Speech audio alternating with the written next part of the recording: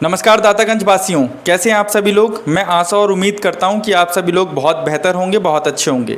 अगर वीडियो अच्छी लगे तो ज़्यादा से ज़्यादा लोग फॉलो ज़रूर कर लें चैनल को, क्योंकि बड़ी तादाद है जिन लोगों ने अभी भी चैनल को फॉलो नहीं किया है। आप लोगों से विशेष गुजारिश है। राजनीति में पिछले कुछ दिनों से एक तस्वीर तेजी से वायरल हो रही है। तस्वीर में दिखाई दे रहे हैं खाली पड़े टेंट, बिखरा हुआ सामान और वह खाना जो हजारों लोगों के लिए तैयार किया गया था, लेकिन लोगों तक पहुंच ही नहीं सका। यह मामला 31 मई को प्रस्तावित लोक माता अहिल्याबाई होलकर की जयंती कार्यक्रम से जुड़ा बताया जा रहा है, जिसका आयोजन समाजवादी पार्टी की संभावित दावेदार सुनीता पाल और उनके समर्थकों की ओर से किया जा रहा था। लेकिन कार्यक्रम शुरू होने से पहले ही प्रशासनिक अनुमति रद्द होने की खबर सामने आई और देखते ही देखते पूरा माहौल बदल गया। जिस आयोजन में हजारों लोगों के आने की उम्मीद थी, वहां सन्नाटा सा छा गया। जिस भोजन को श्रद्धालुओं और समाज के लोगों के लिए तैयार किया गया था, वह भोजन अब बर्बादी की तस्वीरों के साथ सोशल मीडिया पर चर्चा का विषय बन गया है। दोस्तों, राजनीति में रैलियां और कार्यक्रम केवल भीड़ जुटाने का माध्यम नहीं होते।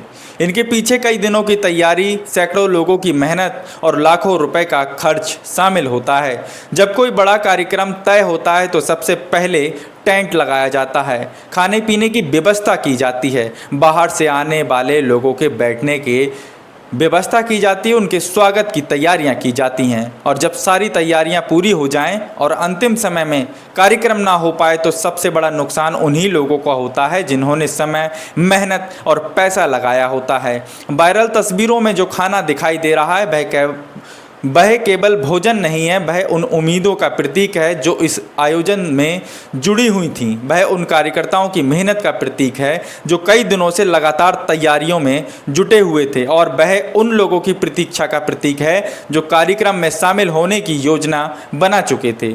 अब सवाल उठता है कि अगर यह कार्यक्रम होता तो उसका राजनीतिक असर कितना बड़ा हो सकता था, क्योंकि पिछले कुछ महीनों में दातागंज क्षेत्र में सुनीता पाल लगातार सक्रिय दिखाई दे रही हैं। महीने मतलब कुछ सालों से विभिन्न सामाजिक कार्यक्रमों में उनकी मौजूदगी बढ़ी है। समर्थकों का दावा है कि उनके कार्यक्रमों में बड़ी संख्या में लोग जुट रहे हैं।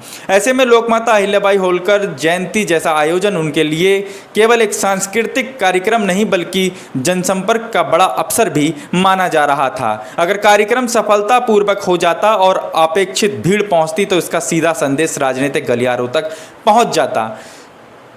लोग यह आकलन करते कि आखिर दातागंज में उनकी पकड़ कितनी मजबूत है, क्योंकि उनके हिसाब से समर्थक बड़ी तादाद में आ रहे थे और ये भी क्लियर हो जाता कि संख्या कितनी बड़ी तादाद में आ रही है। आने वाले विधानसभा चुनाव में उनकी भूमिका कितनी महत्वपूर्ण हो सकती है ये भी पता लग जाता। लेकिन कार्यक्रम ना हो पाने के कारण केवल ये चर्चा का विषय बन गया और लगातार सोशल मीडिया पर अलग अलग तरह से लोग इसको वायरल कर रहे हैं। कुछ लोग इसे कार्यकर्ताओं की मेहनत पर पानी फिरना बता रहे हैं, कुछ लोग भोजन की बर्बादी को सबसे दुखद पहलू मान रहे हैं, तो कुछ लोग इस पूरे घटनाक्रम को राजनीतिक नज़रिए से देख रहे हैं।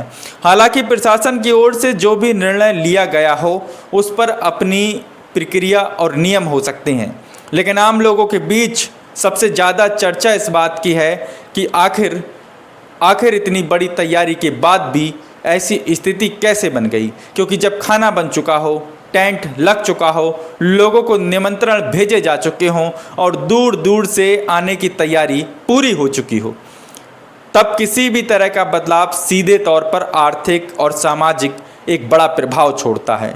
दोस्तों, इस पूरे मामले का एक मानवीय पक्ष भी है।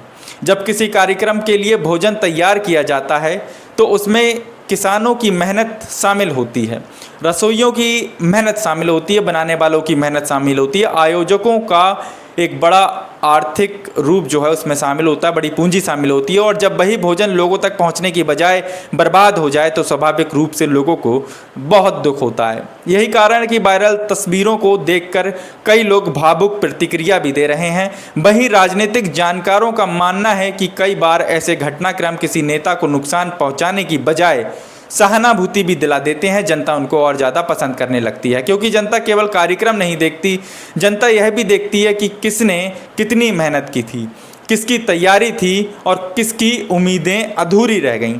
अब आने वाले समय में यह देखना दिलचस्प होगा कि यह पूरा मामला दातागंज की राजनीति पर कितना बड़ा प्रभाव डालता है। क्या इससे सुनीता पाल के समर्थकों में और ज़्यादा एकजुटता आएगी? क्या इससे उन्हें राजनीतिक सहानुभूति मिलेगी, या फिर यह मामला कुछ दिनों की चर्चा का विषय बनकर रह जाएगा? इन सवालों के जवाब आने वाला समय देगा, लेकिन फिलहाल सोशल मीडिया पर वायरल हो रही तस्वीरें एक ही बात कह रही हैं कि कभी कभी राजनीति की सबसे बड़ी कहानी मंच पर नहीं बल्कि खाली पड़े टेंटों और बर्बाद हुए खानों में भी दिखाई दे जाती है। आप इस पूरे मामले को किस नज़रिए से देखते हैं? क्या इतनी बड़ी तैयारी के बाद कार्यक्रम का रद्द होना उचित था?